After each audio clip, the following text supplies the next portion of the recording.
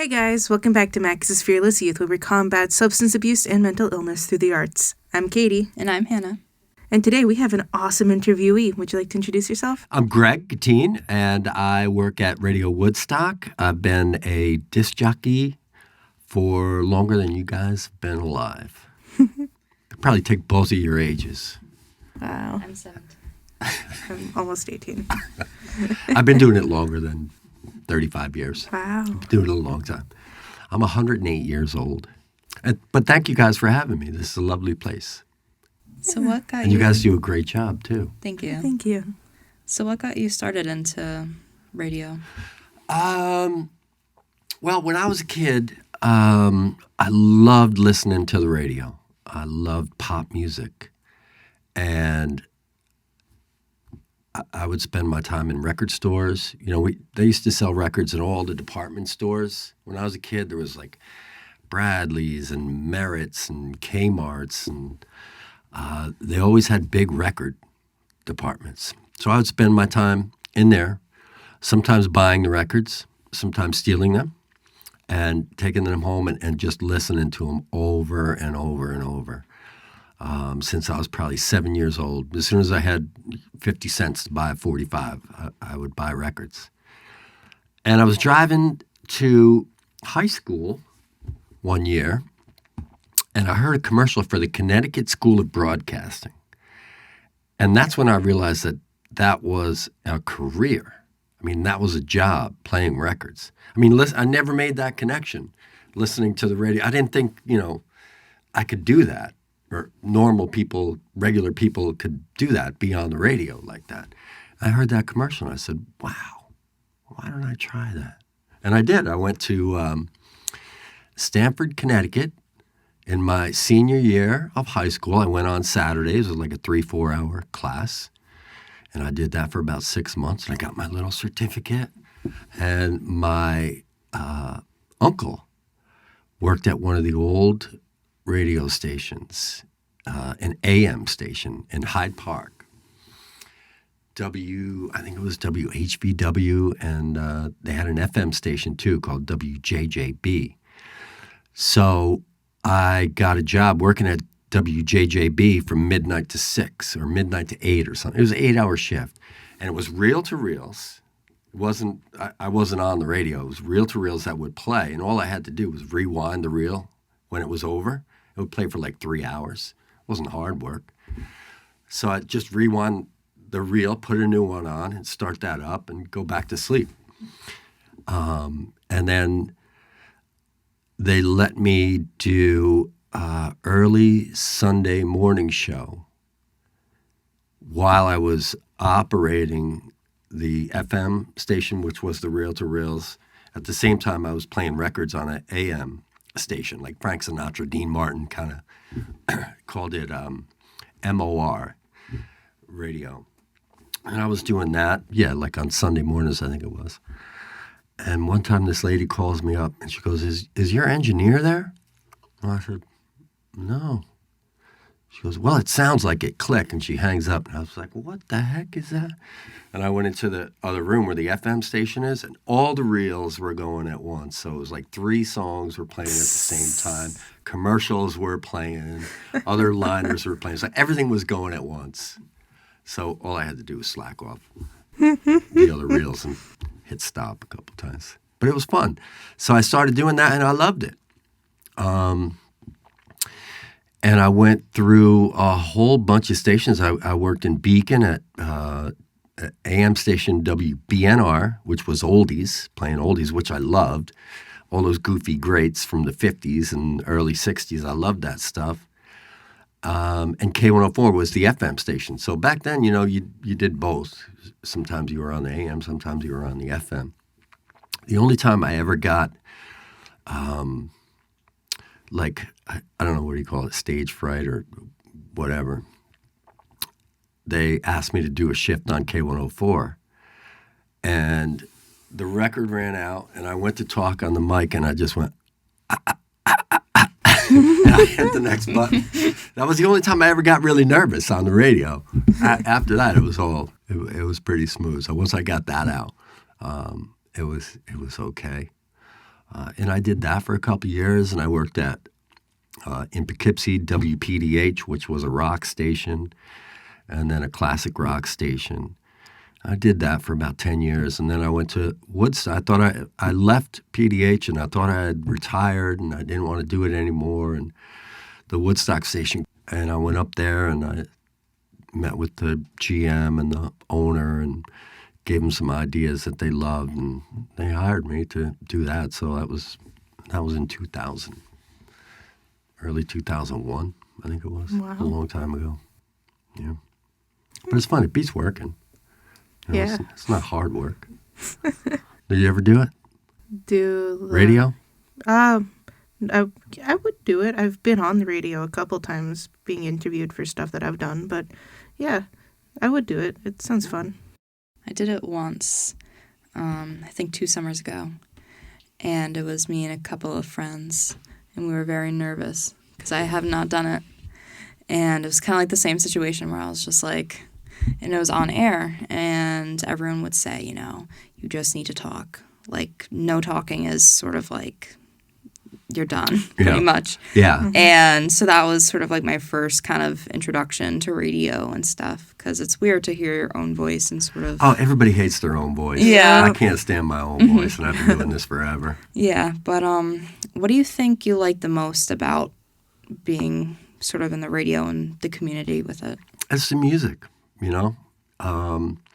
What we do at Radio Woodstock is we play new music, and we go all the way back to the 50s, you know, from James Brown and Elvis Presley all the way up to current music, you know. So for me, I enjoy finding that mix where I can play, you know, a Beatles or a Stones or a Jimi Hendrix song that kind of matches with a brand new song, or finding a 3-song set that really works and covers a lot of ground chronologically, you know, from the 60s to the 80s or to today or something like that. So that, I mean, that's always fun.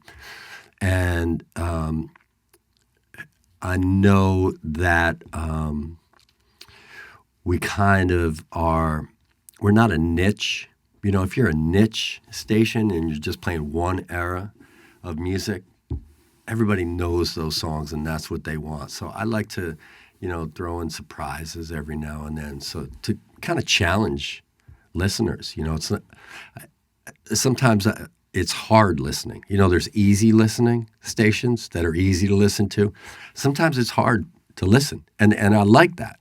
And I like when people say, "Oh, I heard that song, I turned it off." I'm like, "Great, that's great." Do you have a personal favorite music genre? Oh, the 70s. Yeah, without a doubt. I grew up in the 70s, so the Stones and David Bowie, and, you know, when I was a kid, the first concerts we used to go to was like Kiss and Aerosmith and things like that. That's cool. Yeah. That's cool.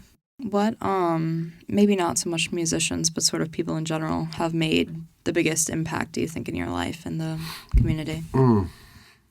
I think it just kind of seeps in. You know, I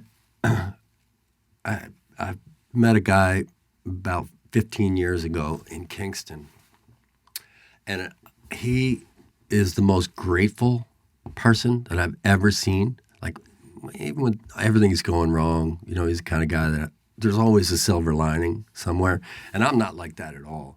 You know, I don't wake up grateful. I have to really practice that. So, you know, he's just by hanging out with him, it kind of rubs off on me, you know, and I have to become grateful to be around him.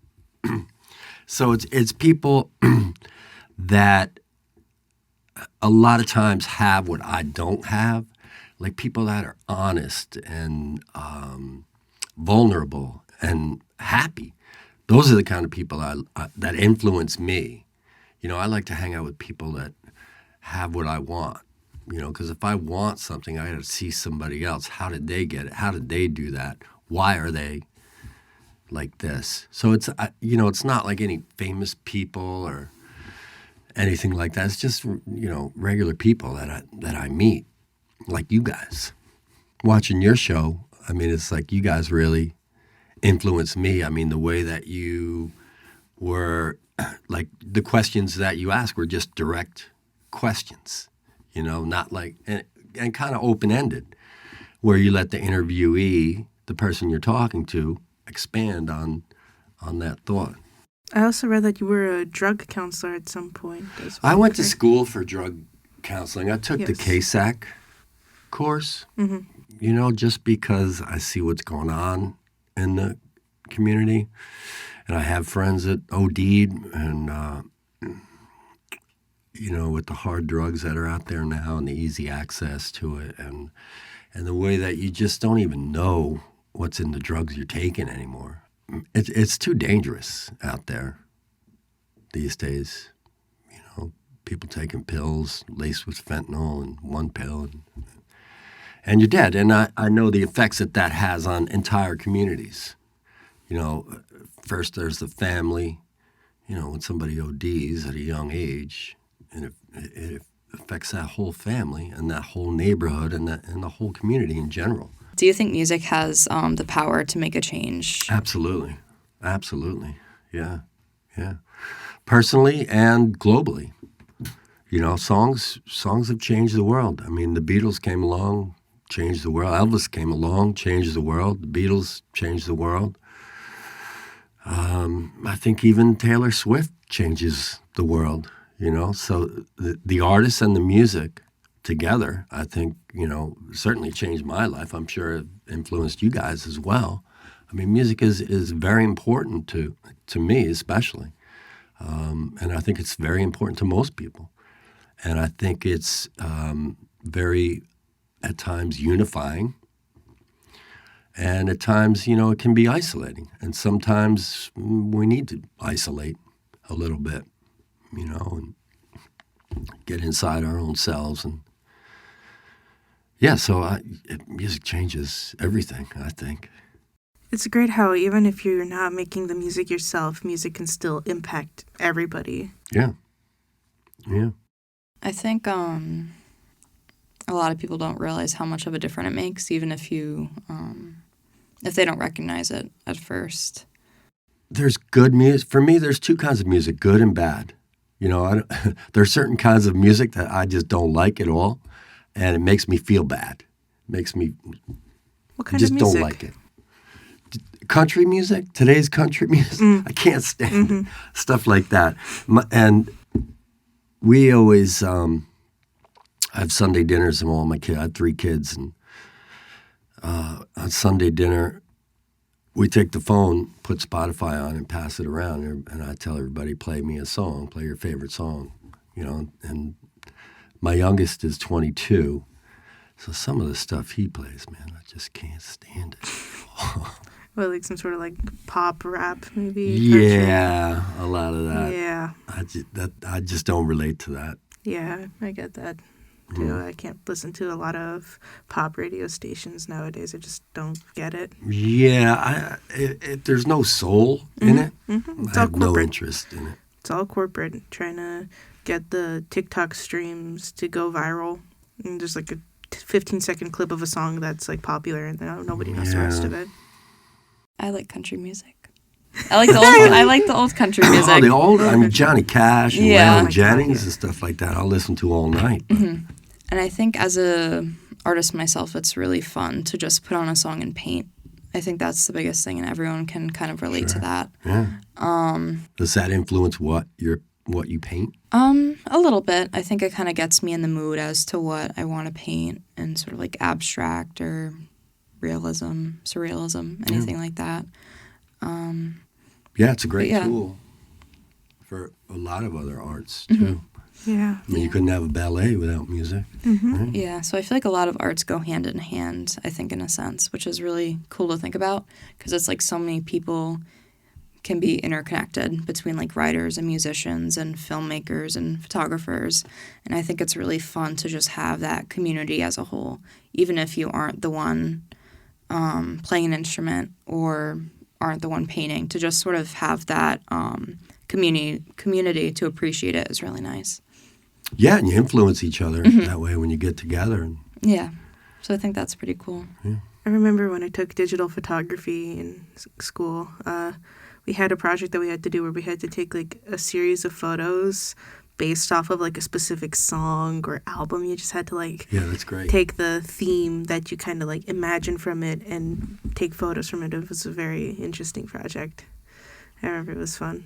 Yeah, I think that's the great thing about music and songs in general. It's like everybody has relates to songs differently. I mean, songs can mean something for me that means something different for you. The same song can have 3 different meanings for all of us, you know? Yeah. And there's just something special about making music or listening to music with your friends. It's just a sort of interpersonal connection that you can't really get in other ways. Just like how you make art with other people. Music is a kind of art that just like reaches somewhere I feel that like some other arts can't. It's like always there. Everything is music, in my opinion. Yeah, I think there's music to listen to with friends, parties, and there's music that I listen to by myself, you know, like Radiohead and some Bowie songs and some other things like that I wouldn't put on at a party. You know? Yeah. What's the most you can take away from having music in your life, do you think? I think it's so at times it's spiritual, and if it helps me connect to God, then you know what more could I ask? And there's a lot of music that does that for me. I would say that's pretty important. A lot of music connects me to the devil. But songs, you know, that really, a lot of times, like on first listen, you know right away that it works. There's a lot of songs that, you know, sometimes it'll take 2 or 3 listens to catch the meaning, the textures, and the groove. But there's some songs that just hit you the first time you hear them. You know, like, oh, this is something special. Yeah. Well, it was great having you on here Well, today. thanks for It was having me. awesome meeting you and hearing your story. I really enjoyed it. Thank you, guys. Yeah, well, thank you for being here. Thank you. And we will see you in the next episode. This is me signing off. Bye.